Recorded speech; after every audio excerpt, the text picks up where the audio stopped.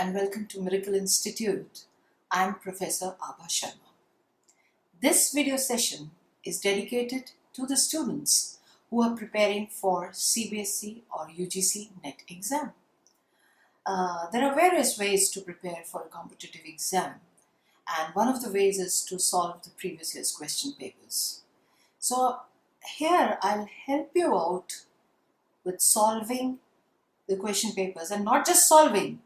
We won't only solve but discuss the various choices given. The multiple choices which are there. They also have a purpose. They do confuse the candidate while selecting the right one. So we'll discuss all the choices so that we delve deep into the language or say the subject and come out with more knowledge. So let's begin with solving and discussing the paper of December 2015. If you have the paper with you, please take it out and read the first question.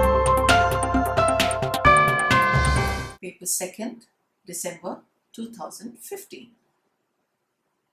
The first question was, who among the following advanced the theory that the mind is a tabula rasa at birth and acquires all ideas by experience? There are 4 choices given: John Locke, John Wesley, Isaac Watts, and Denis Diderot.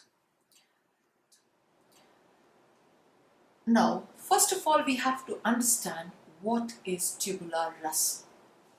Tabula rasa means scrubbed tablet. That means clean brain, clean slate. Now, John Locke, the philosopher of the 17th century, he had written in 1689 a very nice essay on human understanding. There he discusses that at the time of birth, brain is like a clean slate. It doesn't have much of impressions, and slowly, gradually, when the human grows, he gains it from the surroundings. There are components of logic and understanding already present in the brain, but through experience they are evolved, they are gained. You know what, you must have heard that people saying the child should not be given a violent surrounding or say a bad or evil surrounding. He should be groomed in the positive environment. Why? Because it has got a nascent brain, a clear slate where anything could be written well off. Therefore, according to John Locke, tabula rasa, that is the brain, gains experience after the birth through the surroundings. The second choice, John Wesley. He was a minister and a theologian in the same era. Now, he's also given many nice quotes. The one quote is, "Make all you can, save all you can, and give all you can. Catch on fire with enthusiasm, and people will come from miles to see you burn. An ounce of love is worth a pound of knowledge." So this was all about John Wesley. The third choice is Isaac Watts. Isaac Watts was also called as the father of hymn Noddy. He wrote many hymns. The number goes up to 750 hymns. Then the other one, Denis Diderot, was just a Scottish historian. He wrote encyclopedia. So the most correct answer is John Locke, because he has mentioned about brain being in the nascent or the clean stage while birth. Now take the second question. Which of the following authors wrote studies in the history of the Renaissance? The 4 choices are Walter Pater, Oscar Wilde, Thomas Carlyle, and John Ruskin. We'll discuss them one by one. First of all, Walter Pater. He is a critic of the Victorian era, and he has written many critical texts along with history of the Renaissance. So the correct answer is this, but we have to discuss. You know what? Renaissance, revival of the past, revival of the knowledge, revival of the old Greek and Roman civilization, all that which was past and gone and forgotten in the late 14th, in the beginning of 15th century, from Italy to Britain, the Renaissance flourished. Okay, one more thing he said. He said that a human should not get lost in the moral obligations while writing, or say social obligations. He doesn't have to depict what he sees in the society and other things. He has to make it a work of art. So the phrase, the cliche, art for art's sake, took birth from his time, and the one who took him very seriously was Oscar Wilde. Art for art's sake means art is immortal while life is mortal. So one should go according to the rules of art, should not get lost by the historical or the social and other phenomena of life.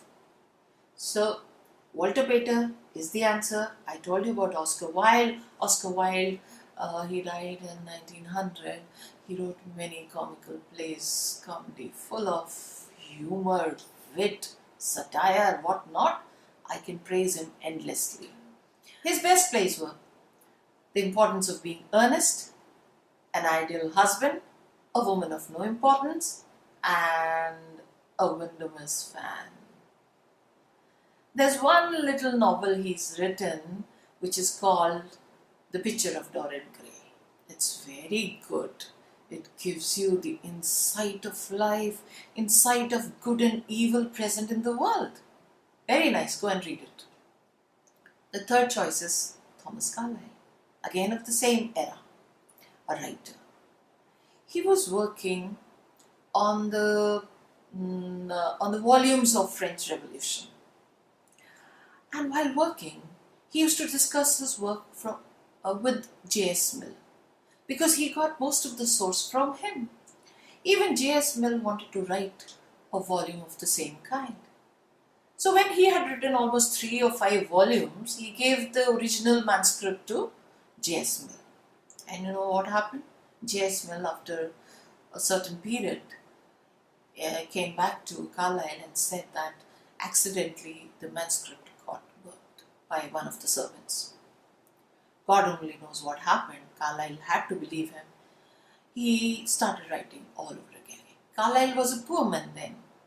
He had faced many impediments, but through his will, he overcame all of them and completed and published French Revolution and became a known name.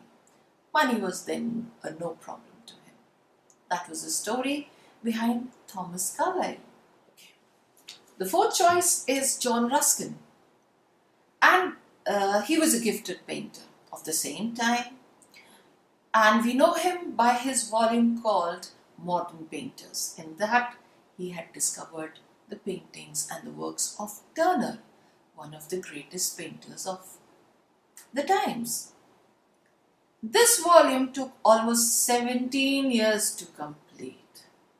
So these people used to work so hard, years together.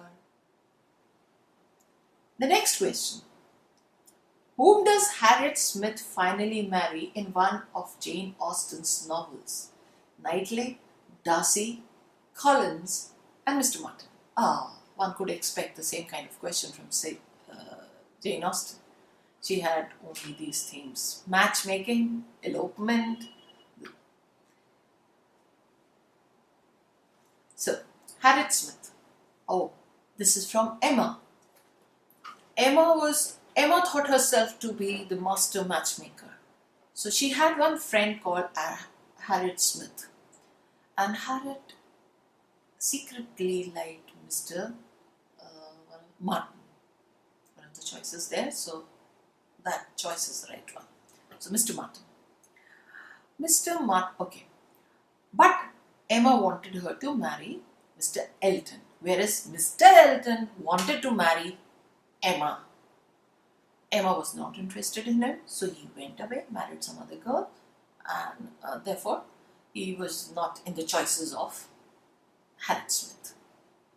There was another critic, Mr. Knightley, and he criticized Emma openly for her matchmaking thing.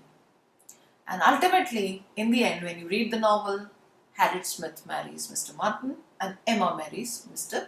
Knightley. The two other characters are from Pride and Prejudice, Mr. Darcy and Mr. Collins. Darcy was Mr. Bingley's friend in Pride and Prejudice, where there were 5 unmarried sisters and one Mr. Bingley takes up in the neighborhood, and the mother starts plotting that one of the girls should get engaged to Mr. Bingley. Then this friend of Mr. Bingley comes, Darcy, and another sister, the second sister, Miss Elizabeth, gets attracted to Mr. Darcy. This is the story. There is another man called Mr. Collins, so we don't have to worry much about. Go and read all the 6 novels of Jane Austen. You should read and remember the characters. Say, Pride and Prejudice, Mansfield Park, Emma, Sense and Sensibility, Northanger Abbey, and Persuasion. These 6 are enough to know, because she wrote just 6. She remained unmarried and she died, I think, at the age of 48. But I have made a video on Mansfield Park's story. Her most perfect heroine was Fanny Price from Mansfield Park.